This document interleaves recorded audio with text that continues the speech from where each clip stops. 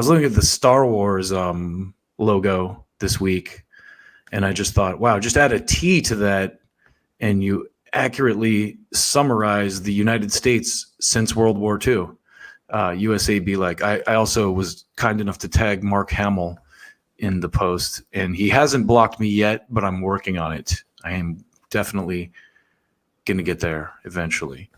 So to keep going on this theme here, one of the first things I saw today when I woke up was this post, and let's just watch it because here, let me make sure that this is going to load up correctly. Like I said, I am flying a little bit. So this is Jake Shields. And hold on a second. Let me make sure the sound is on here. So just to kind of set this up for you, these guys, I guess, were blocked out of this America First rally. But I want you to listen to what they're chanting. And it just, as a as an Iraq war guy, as someone who came into politics through the Iraq war, this really got me thinking today, just about the kind of dynamic today where it's like 10 years of Obama and Biden have kind of made the right, who was originally, big advocates for war, sour against it. And, I'm one of those people. I'm like, it sucks that they weren't with us when George W. Bush was doing this, and they supported it, in fact. But hey, whatever it takes to get them around to the right point of view, I'm not gonna hate. So listen to this real quick, and we'll talk about it. For Donald Trump because we don't want. Listen to what they're saying too. We voted for Donald Trump because we don't want any more wars in the Middle East, and we don't want a war with Iran now.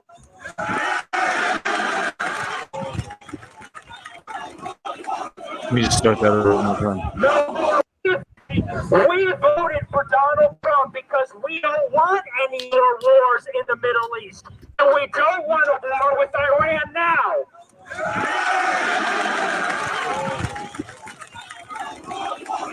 You hear that chant? No more wars! No more wars! No more wars! No more wars! No more wars! No more wars!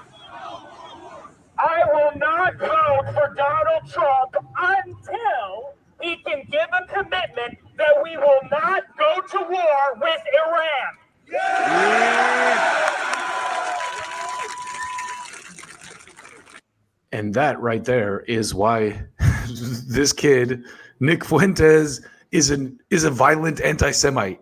You see this all the time. And listen, he may have said things that are anti-Semitic. I've definitely heard things that are on the edge. And they were talking about him being kind of an op the other day to make the anti-war movement look bad, which I would not even doubt. But let's keep watching this.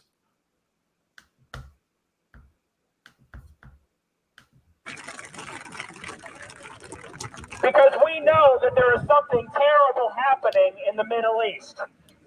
Israel, through war, through revolution, through subterfuge, is destabilizing the Middle East to carve out a path for greater Israel.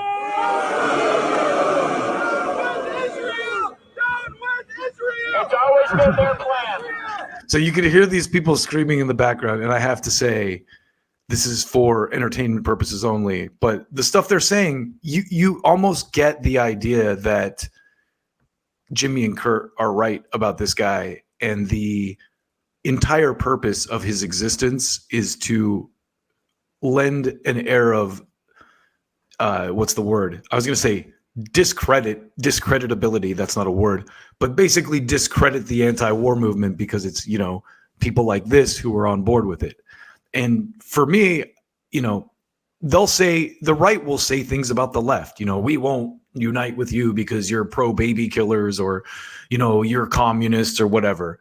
And the reverse is, the left won't unite with a guy like this because he has said questionable things about race or gender or whatever however you want to put it. But I think we're arriving in a new era where a lot of that stuff doesn't matter. And what you have to do is align with people on issues you agree and, oppose them on issues you don't agree.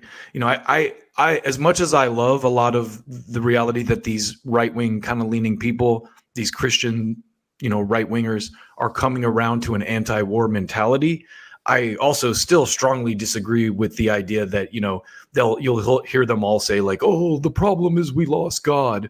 No, the problem is we lost any level of integrity whatsoever or any commitment to, and maybe that's tied to God. You could argue that that's tied to God. I don't believe it is. I think that just being a genuine person and staying true to your word is not a religious value only, not an exclusively religious value. But let's listen to the rest of this. And right now, in order to accomplish that, they are committing a genocide against the Palestinians in Gaza. And it is a genocide. Why won't the people in Turning Point USA call it what it is? This is not a war.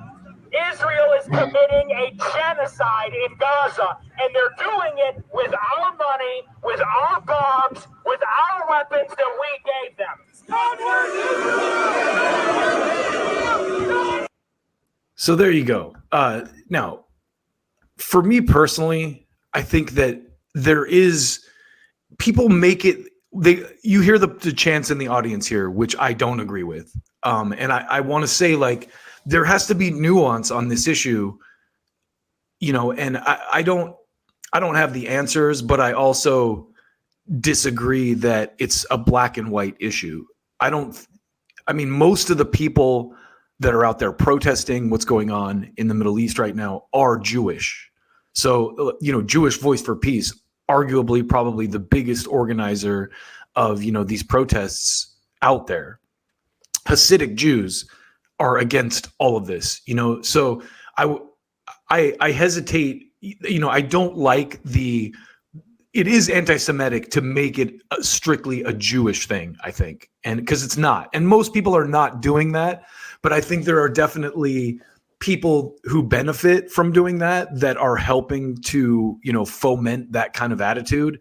And I just want, anyone to know that, like, I really don't believe that it's a Jewish thing. It's an Israel thing. So, people have to differentiate there. The other thing is, there's this attitude, this very juvenile attitude right now among specifically conservative thinkers, but really everyone across the political spectrum, that criticizing something means you're on the other side of the issue. Like, it's just like back in the Iraq days when, if you criticize the war on terror, they said you're with the terrorists. If you criticize anything about what's going on in Eastern Europe, you're with Putin. If you criticize anything that's going on with Israel, you're with Hamas, is the way to defame this. But it's obviously much deeper than that. And again, I'm not one of those people who has an extreme opinion on it, but I will say this. I look at criticism as something you do when you care, right? Like, if I didn't give a shit about the United States, I wouldn't criticize it. It's my country, it's my home, it's the place that I love. The people here are, my family, my friends, my acquaintances, my business contacts. I love the United States. And so this idea that anyone who speaks critically about something is against it is in itself absolutely stupid. It's like saying, I'm a dad, I have children. Happy Father's Day, by the way, to all the dads out there watching. I'm sure there are tons. But I criticize my children and I hold them to account because I love them, not because I'm, anti-child or against my children, And I think this, like, coddled mentality that people have has just permeated in ways that, obviously the war machine can use it to their advantage, clearly. So I just want to say that I thought that was very exciting to see that kind of sentiment, among right-wing thought leaders or someone like Nick Fuentes who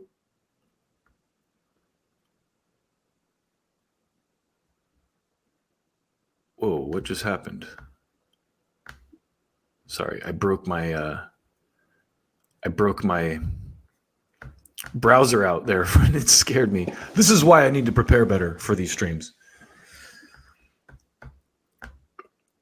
So in this next clip, we're going to stay on topic here, and we're going to examine how this dynamic gets used in the modern political debate. So let me just show you real quick this next clip we got here. And let's listen to it. So just to read it, this is from Tim Lorden on Twitter. Do you guys know Mossad uses anti-Semitism as a smear campaign for global manipulation? Here is a former Mossad agent explaining exactly that. I thought it was weird to go from rarely ever hearing it to all day, every day. Now it makes perfect sense. And this is from C-SPAN. When I talk, I had my second book. I had a record with my second book. I think my first book sold something around the world, close to 8 million copies. My second book was not reviewed in any newspaper in North America. Now that's a record. None. No, I'm sorry. I think the guy in the Phoenix Gazette and the people from B'nai B'rith walked in and asked for him to resign. Yeah, because he's an anti-Semite. Now, I know what they do because I used to ask them to do it. I mean, when I was in the Mossad and we had a guy that gave us problems in the U.S., and he was speaking out and he was talking like Pete talked once and said, Israel is bombing Lebanon with cluster bombs. We say, hey, who's that guy? Pete Makaki, we used to call him. Yeah, which is Pete the cockroach. Because he makes a lot of noise and you can't get rid of him. So what you do is you get in touch with a guy in the station in New York or in the station in Washington. You say, tell the guys at B'nai B'rith to label him. And of course the campaign starts, and before you know it, the guy's labeled. And he's an anti-Semite. Because that's what we say he is. And that's one stain you cannot wash. Now, it shames me as a Jew to tell you that. But that's the fact. And it's wrong. So a very interesting little side point there. And my hope in all of this, honestly, is that the left is waking up to how this has been used over the last several years to demonize people, who had conflicting opinions on, the pandemic or, the last election cycle. It's wild how we watched Democrats in the press for 4 years pretend that the president was a secret Russian spy. But then anyone who had any questions about the following cycle is a total conspiracy theorist who, right-wing, racist, whatever you need. So this whole weaponization of racism thing, I think the mask has been fully removed in light of what's going on now. And, it's, again, it saddens me that it's actually causing more anti-Semitism, what's going on. And I think it's just undeniable. You can see that. But again, the biggest protesters, the largest organizers are Jewish. So it's clearly not a, Jewish thing. And I love to play this clip, and I'm going to play it again because it's Israeli Gene Simmons talking about, let's see if I have it in here. Of course I don't. See, this is why I need to prepare. I'll show you something different. Forget Gene Simmons. Here's Eric Andre, another Jewish man. And No one's talking for me. Stop weaponizing anti-Semitism. As a self-loving Jew, let me just say permanent ceasefire, end the siege on Gaza, let Gaza live, impeach Netanyahu, fuck Raytheon, fuck Lockheed Martin, Jewish and Palestinian safety's intertwined, not in my fucking name, send them home. You do not need to cut off people's water supply in the name of Jewish safety. You do not need to bomb universities, bomb hospitals, bomb ambulances in the name of Jewish safety. You do not need to bomb children in the name of Jewish safety. Free Gucci Man, free Boosie, free Gaza. You can donate here. You can donate at unrwa.org. You can donate at Gaza Mutual Aid on Instagram. And you can donate at campusbailfunds.com. Peace and love. Love you guys. so there it is from a Jewish man. I know I set it up as Gene Simmons, but that was probably even better. That's Eric Andre, an absolute gangster and someone who is not afraid to speak the truth despite what's going on right now, what's clearly going on with these, very vague accusations being weaponized of racism, just because you have criticisms, valid criticisms. And hopefully, again, it's exposing people for who they are. So I have to find that Gene Simmons clip now because I already set it up. Let me see if I can find it. It's got to be in here somewhere. Thank you for bearing with me. Gene, where are you? There it is. There it is. What folder is it in, though? Ah. See, I do this thing where when I prep, I rename things. And so I think what I did was I just renamed it to a file and I didn't remember the name, which is, here we go. Here's the Gene Simmons clip for you. I'm not going to let you down. Enjoy. Someone else is in town, Roger Waters, Pink Floyd. You're obviously Jewish. He's been coming out with all Israeli. And he's been coming out with a lot of very anti-Israel and what people perceive to be anti-Semitic comments. I'm not sure that's the same thing. Right. So what's your position about Roger Waters? Well, first of all, he's a very talented guy. He's written some of the most wonderful music along with Floyd. So this is from a while back in the context of Roger Waters being accused of anti-Semitism. Many decades, and it's obviously held up, and he's got lots of fans. There is something to be said for keeping your political and other beliefs off the stage. His choice is to use the stage as a platform to further his point of view. There is a difference between a political statement about Israel and about anti-Semitism. By the way, anti-Semitism also involves Arabs. The definition of a Semite includes the Arab world. So I think he's a well-meaning guy. I don't agree with his point of views, of course. So do you think he's anti-Semitic or do you think he's anti-Israel as a state? I think he is, from my point of view, inflamed, angry about the political situation, as we all are. You want there to be peace someplace. And look, I turn our attention to this wonderful fairy tale of a country, or there are leprechauns and so on, Ireland. The North and the South. Yeah. So it's been ongoing for God knows how long, and the divisions are deep if you're either Protestant or Catholic. So, of course, the big difference between what's going on in Ireland being we're actually funding what's going on in Israel. And let's go to the comments. We got Jennifer in the mix. Yeah, Gene Simmons, Israeli and Jewish. And just that, how can you not defend someone like Roger Waters? I mean, look at the guy. Look at the things that he's done in his life. It's like people who defame Jimmy Carter, Jimmy Carter was the only president who post, presidency actually spent his life helping people.